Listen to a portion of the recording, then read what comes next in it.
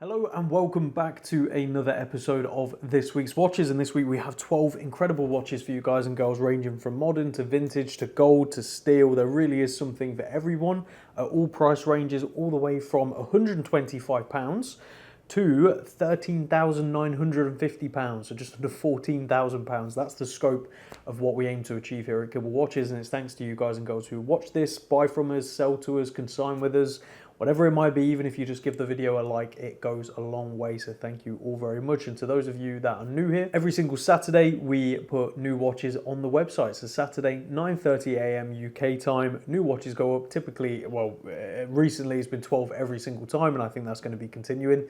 The next few weeks are already done. That's how many watches we've got in at the moment. So the run up to Christmas is going to be immense, and you guys and girls are buying a huge amount, so thank you very much. Each month just keeps getting better and better, so I really can't complain. Thank you. Okay, before we crack on with what's on the table, what's on wrist, I'm wearing a gorgeous 1940 Patek Philippe. This is a 18 karat gold with hooded lugs, one I am very excited to bring to you guys, and it will be on the website probably in a couple of weeks. I'm just trying to have a look here. Yeah, it's going to be a fair few weeks until this one gets to the website, just because of how many watches I've got in at the moment. I need to give the crystal a polish, but other than that, it's pretty much ready to go. So 1940 Patek Philippe, reference 1483 with the caliber 990, a beautiful watch, beautiful movement. And yeah, very lucky to have this one in at the moment. Okay, let's crack on with what you're here to see. We're going to start with an Hermès. This isn't just any Hermès. This is, let me get this right, Hermès Slim de Hermès Quantime Perpetuel Rose Gold. My butchering of pronunciations will always be the case. Anyone who's been watching for a while will know that, but this is a gorgeous watch. Let's take a closer look at this one. So what a incredible watch to begin this week's episode with. This is the Hermès Perpetual Calendar in 18 karat rose gold. You can see it has a leap year indicator as well as a moon phase, and also a GMT that you can set separately with the push button. Everything else is operational through recessed pushed buttons in the crown, in the case itself. Really lovely white dial and very Hermès in its design, I would say, with those sort of broken apart numerals. It is absolutely stunning. I'm a big fan. I think it looks incredible. So this is the reference CA3.870. I've paired it on this aftermarket strap, which I think actually really complements the watch. It looks absolutely amazing. And it has its original 18 karat rose gold Hermès buckle, which is very much like their belt buckles as well. As we flip the watch over, you're presented with a Hermès decorated movement throughout with a micro rotor right there. And this is the Hermès caliber H1950, which was actually made for them by Fleuron. So a very good movement. And at the price point, it's incredible how much you truly get in this package with a solid gold perpetual calendar, moon phase, micro rotor, automatic. I mean, the list just keeps going on and on with how incredible this is. So this watch is from December 2016 with its box and paperwork. It comes with 2 worn Hermès straps as well as service paperwork from Hermès over the course of a few years as well, so be sure to check all that out in the description and in the additional notes on the website itself. But yeah, if you're after a perpetual calendar and you're wanting something solid gold, your options are incredibly limited, and I suspect Hermès wouldn't be the first place you'd look. But hopefully, after seeing this watch, you'll realise this is definitely something to consider. It's incredible. And if you are unsure, do not hesitate to book an appointment and come see it in the metal for yourself. So let's show on wrist and talk dimensions. And here we go on my 7-inch wrist. As you can see, very nice proportioned and very comfortable. And also the complication is beautifully laid out, in my opinion, on that dial. Sometimes perpetual calendars can look a bit busy, a bit cluttered, whereas I think they've got the proportions of this one perfect. So what you're looking at is 39.5mm by 44.5mm lug to lug, only 9mm on the thickness and 19mm on the lugs. So go check out this incredible watch on the website today. From there over to a 1980s Audemars Piguet Cobra, and it's called that because of the scale-like links. This is an integrated bracelet, 18 karat gold with diamonds on the dial and diamonds on the hands. A very cool looking watch. It won't be for everyone, but for those of you that like me, love this kind of design, it's going to be right up your street. So let's take a closer look. Now on to something you truly do not see every day, and this is a gorgeous 18 karat yellow gold Audemars Piguet Cobra, as it's nicknamed. And you can see the integrated bracelet here with this flowing link design. which apparently resembles scales, which is why it has the nickname Cobra. Very nicely done, and obviously what makes this one quite special is you've got that sort of gold stardust dial with diamond indices and diamonds throughout the hands. Very, very unique and very different. This is a C serial, dating it to the circa 1980s, and the reference is 313746. As we flip it to the side, you can see somewhat of the construction. It's like almost a brick layout that has been placed on top of the case itself. Beautifully done. Snap-on case back right there, housing a manually wound AP caliber 2080, a movement used across the board with many of their watches. As we come down to the clasp, you can see that gorgeous AP symbol sort of nicely tucked away under there.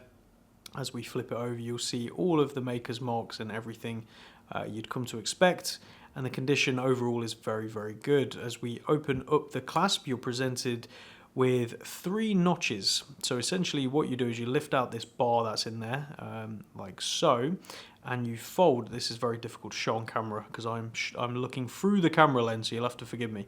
You basically slot this bar into the position you want it, and then fold it down as such and clip it in place, and you've got some sort of micro adjustability on the bracelet itself. Now, if you are curious to the full length of the bracelet, please do see the details on the website for more information, because as always with these watches, ideally you want to pick them up fitting out of the gate, because sizing them, it can be quite tricky because it's more of a jeweler's job. They basically have to cut parts of the bracelet, weld it back together, or to make it longer, they again have to cut and basically add a bar of gold, because emulating this bracelet, I don't know of any jewelers who'd be able to, not even AP themselves. So let's show this one on wrist and talk dimensions. And here we go on my 7-inch wrist. I apologize, I believe I said 3 notches, it actually has 2.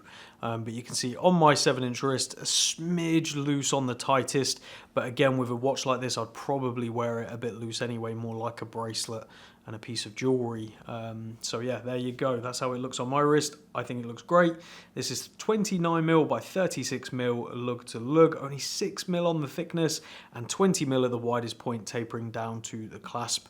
So check out this beautiful watch on the website today. From there to something a bit more classic but just as rare, this is a 1967 Omega Seamaster chronometer, 18 karat yellow gold, and this is the larger 36mm size, which for the period isn't common at all, and it's just a really lovely example. So let's take a close look at that one. Now for a gorgeous and rare 18 karat gold Omega Seamaster chronometer, as you can see, with a date and in the larger 36mm size with the thick sort of case as well, especially for the period. You can see those chamfers are absolutely beautiful.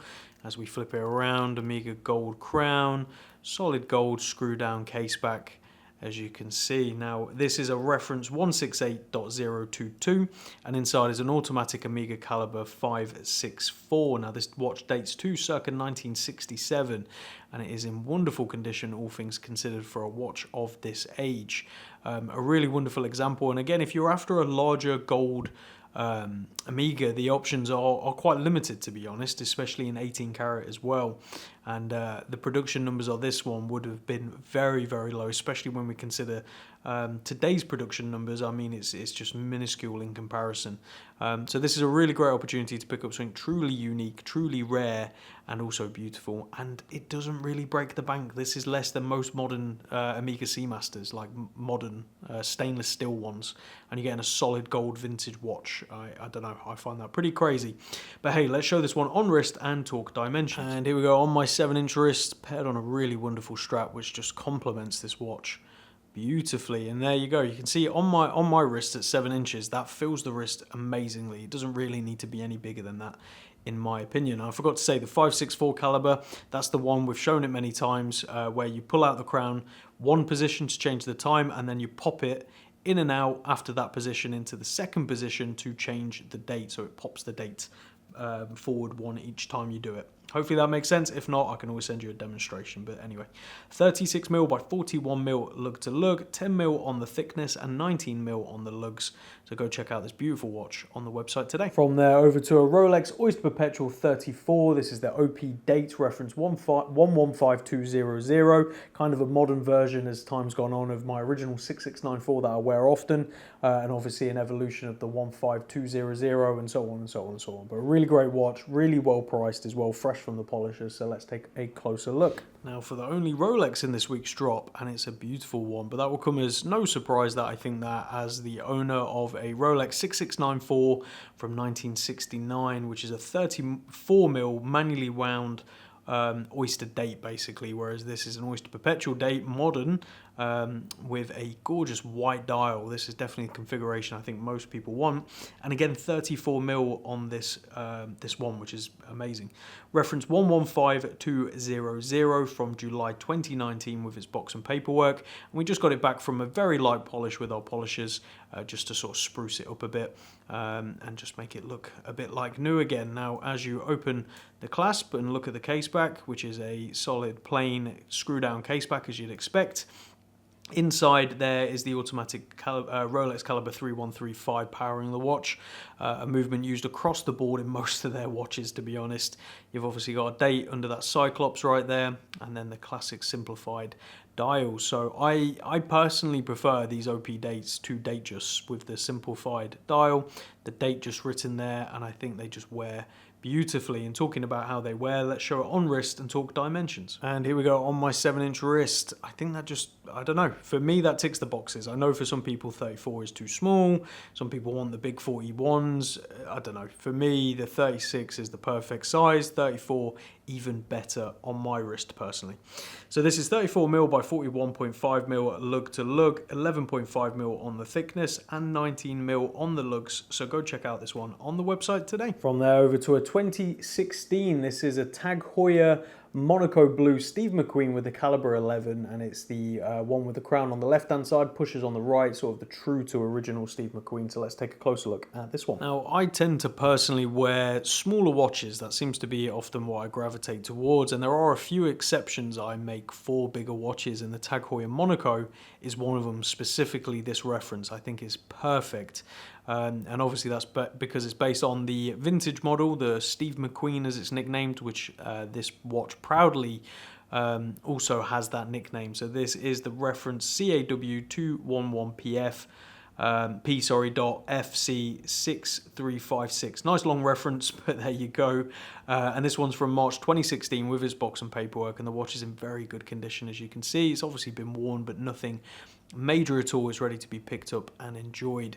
You've got that classic Monaco blue dial with the red accents and the dial configuration with the circle inside and the elongated indices on the outside, just like the Steve McQueen. Left is the crown on the left to operate the watch, and the pushers on the right, which goes very well with obviously that square case. Comes paired on its original Tag Heuer strap with its Heuer signed buckle. Exhibition case back right there, showcasing the automatic Tag Heuer caliber 11, which is actually quite a nice movement, and obviously everything's signed all around the outside as you'd expect.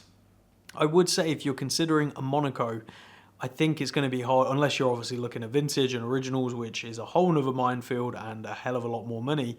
But if you're looking at modern, I would highly recommend considering this model because it just is hard to beat. I like the Monacos, they do some really good ones, but this is the one I always come back to if I was going to own a Monaco myself. So let's show this one on wrist and talk dimensions. And here we go on my 7-inch wrist. As you can see, very, very comfortable and surprisingly wearable. So yes, it's a big watch, but thanks to that square case, it sort of sits nicely on the wrist. So this is 39mm by 47mm lug to lug, 14mm on the thickness and 22mm on the lugs. So go check out this beautiful watch and save yourself a hell of a lot of money because we're asking a very fair price for this one. From there over to a beautiful 1950s Jaeger-LeCoultre Memovox alarm, reference 3151 in 35mm with the subtle hints of blue on the dial, which are still nicely visible. This is a really, really lovely example. So yeah, let's take a closer look. Now for a vintage JLC Memovox, this is a really wonderful example and quite a rare reference.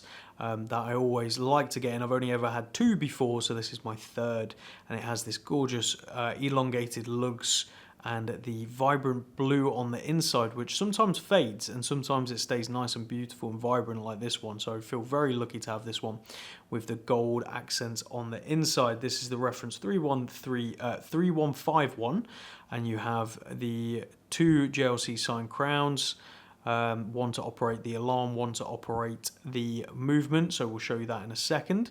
And as we flip it over, you're presented with a signed snap-on case back, and you can see that little notch right there. That's basically a hammer, or a block I should say, inside the movement that a hammer hits. So sometimes if you're sort of moving around a lot, you can sometimes hear the hammer hitting the block, but I can't seem to get it to do it at the moment, which is a good thing anyway. So it's a manually wound JLC caliber P489/1. We've got photos of the movement under the points of mention on the website as usual, and it's circa 1950s, and it comes paired on this very fitting and very nice JLC strap, which has obviously been quite worn. It's not got a JLC signed buckle, unfortunately. But let's get on to how to actually use the watch. So the bottom crown is to operate the watch itself, to wind and to set. So I'm going to fully wind the watch like so, and then basically you set the watch as you normally would. For the alarm, for it to work, you have to wind the alarm. They're on 2 separate barrels. So now I am winding the alarm to give it power. So if you didn't want the alarm to go off at any point, basically just don't wind it back up after it's been used. You can see you've got the ring on the inside with the blue. When you pull out this crown, you can set the alarm, and it only goes one way. So keep that in mind. That's how you set the alarm. And then to actually trigger the alarm, you essentially go to where the alarm is, and you have to play around a little bit. There you go.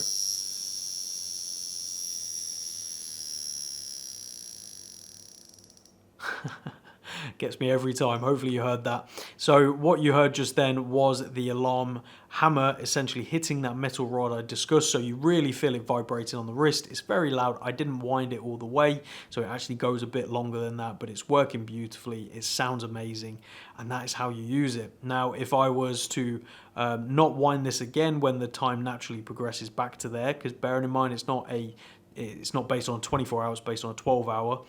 So do keep that in mind. If you've set it, forgot about it, and it's going to go off at 2-3 a.m. keep that in mind. So yeah, basically not winding it again, the alarm won't go off again. So nice and simple. But let's show this one on wrist and talk dimensions. And here we go. On my 7-inch wrist, got a bit of sunlight coming in there, so hopefully that looks quite nice. But dimensions of this one are beautiful at 35 by 41.5 mil lug to lug, only 10 mil on the thickness and 17 mil on the strap. So go check out this beautiful watch on the website today. From there over to something you don't see every day, and one that was actually in the personal collection for a while. This is an Ulysse Nardin chronometer 36,000, which is the beat rate, so a nice high beat rate on this one with this sort of linen dial cushion case. It's very, very nice, and to think it's UN as well, Ulysse Nardin. Really cool. So let's take a closer look. Now for a really wonderful Ulysse Nardin 36,000 chronometer. So 36,000 is in relation to the beat rate, so it beats at 36,000 beats per hour, and you can see that sweep is incredibly smooth against that linen dial. You've got a date over at 3 o'clock and the iconic anchor logo for the Ulysse Nardin logo at 12. Bit of patina around the outside in some areas, as you can see, but then again, do keep in mind this watch is from the circa 1970s. As we flip the case around, you've got this nice cushion case, which is all brushed. You've got a Ulysse Nardin signed crown as well, and screw down case back. Now this is a reference 87670, and inside is their own automatic Ulysse Nardin caliber NB11QU movement, which again, photos under points of mention on the website if you are interested. It's not often these sort of things come up, especially in this kind of condition and example. So if you are interested in something like this, you want like a nice vintage watch, but something a bit more left field, I would highly recommend this one. And if not, I'll end up taking it back at some point, no doubt. So let's show it on wrist and talk dimensions. There we go on my 7-inch wrist. As you can see, it fills the wrist nicely. Dimensions of these kind of cases often wear a lot bigger than you'd believe. So again, if you're unsure, do book an appointment to try it on, but I think just buy it off the website. You're going to love it. There's no question really about it. 35mm by 40.5mm lug to lug, 10mm on the thickness and 18mm on the lugs. So endless options for swapping this beauty out. But to be honest, I think the grey suede matches it perfectly. So go check it out on the website today. From there over to a Bremont, and this is the Boeing Model 1 automatic 43mm. Obviously everything going on with Bremont at the moment. It's nice to see some of the older models actually come through the door. You know, it's kind of sad to think they're mostly gone. So let's take a closer look at this now one. On to Bremont. So this is the Bremont Boeing Model 1, specifically the BB1-SS/WH. So stainless steel, wide dial, black bezel and pops of blue with the date. Took down there at 430. You've got that, well, I would say iconic Boeing case that Bremont used for the BB range. Screw down crown down there at 4 o'clock is well hidden by this sort of unique case guard, which comes up from the lugs. Rotating bezel, so you can rotate it either way. And as we flip it over, you're looking at exhibition case back. I will not bore you with the movement number because Bremont give it a super long one, but essentially it's a Solita or ETA base that's been modified by Bremont, and this one's from December 2019 with its box and paperwork, additional strap, and the paperwork was signed by Nick and Giles English, which were the previous owners of Bremont, and I can't be bothered to really go into everything going on with Bremont at the moment, but as a lot of you know, they have had a complete change around of the company. They're producing watches that are pretty much nothing like what they produced before. It hasn't gone down well at all, and a lot of retailers are actually closing their accounts with Bremont, meaning they will not stock Bremont anymore with the new releases, which I find very interesting, and I do wonder what's going to happen with these older models. Are they going to gain more popularity? I am noticing more and more people are enjoying the designs of the old Bremonts now that they can't have it again, which I think is quite interesting. But let's show this one on wrist and talk dimensions. And here we go on my 7-inch wrist. It is not a small watch, and it definitely fills the wrist, but it definitely looks pretty damn good too. So this is 43mm by 52mm lug to lug, 14mm on the thickness and 22mm on the lugs. So go check out this watch on the website today. From there over to a very large watch, but surprisingly wearable and quite comfortable. This is the Rado Hyperchrome Chronograph Panda 44mm. Really, really lovely. So let's take a closer look at this now one. For a Rado Hyperchrome automatic in 44mm with the lovely Panda dial. So whilst this is no small watch, and we'll talk about dimensions a little bit more later, it wears incredibly well. So what you're looking at is a very nice Panda dial, 3-register layout where the running seconds is almost hidden within the design here being white as well, and then the chronograph itself is in black. A very nice layout. Dates down there at around 4:30, actually a bit before 4:30, and then you've got this black ceramic bezel. Nice case profile as well, big solid crown and pushers, and it comes paired on this oyster style bracelet, which is reversed to how we usually see it. You've got brushed on the inside and polished on the outside, and it opens up like so. And exhibition case back right there, showcasing the automatic Rado caliber 603.604.2.3. Nice long reference. Thank you for that, Rado. And the Rado reference is also long, so head over to the website if you want to see that for reference. I believe this is now a discontinued model, and the price at retail was quite a lot, and the price we're asking on the secondary market for this one, October 2023, with its box and papers, by the way, is very, very fair. So I would not hesitate if you're interested in this watch, because you're getting a fully automatic, larger case chronograph for the price. So let's show on wrist and talk dimensions. And here we go on my 7-inch wrist. So yes, it's a big watch, and obviously if you're expecting this not to be, then you will be disappointed. But it definitely wears nicely, all things considered. So this is 44mm by 51.5mm lug to lug, 15mm on the thickness and 21mm at the lugs. So go check out this watch on the website today. From there over to a Studio Underdog. This is the Series 2 Full Moon 37mm with the full lume dial. A very cool watch, and again priced really well. So let's take a closer look at this one. Now for a Studio Underdog, this is the Series 2 manually wound Full Moon, as they call it, which is the full lume dial, which is pretty damn impressive. Let me see if I can show you a little bit here.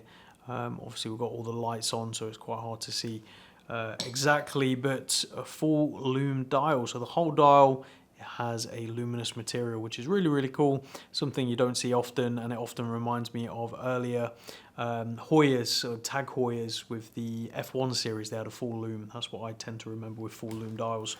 Anyway, so this is a screw down case back with a beautiful jellyfish design right there. Inside a manually wound Sellita SW210-1, and this one's from circa 2023 with its box and paperwork. Comes paired on this very nice Studio Underdog and strap tailor leather strap with quick release, and it also comes with a NATO strap, which I think could look quite interesting on the watch, though I do prefer it on this leather strap. So yeah, if you've been interested in one of these, now is the time to pick it up, especially at the fair price we've got this one at.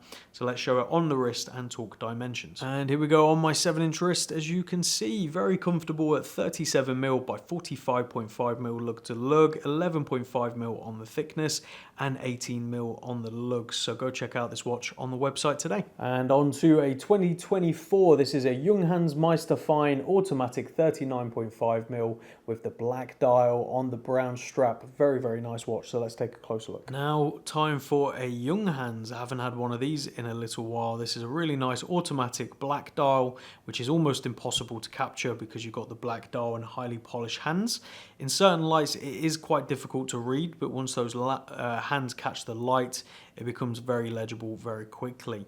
You've got the date over there at 3 o'clock, nice Bauhaus design, and this incredibly thin case and bezel profile, so everything is pretty much dial and crystal, and then all of a sudden these little stubby lugs with the strap coming off of it.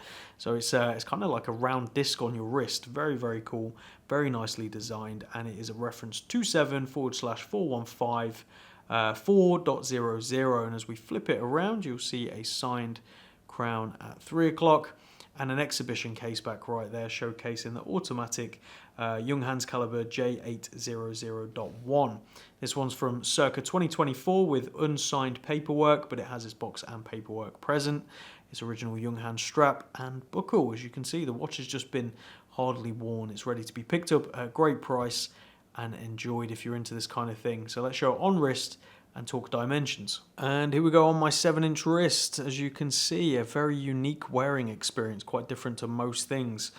So what you're looking at size-wise is 39.5mm by 38.5mm. So it's actually a millimeter shorter than it is wide in the case dimensions. 10mm on the thickness and 21mm on the lugs.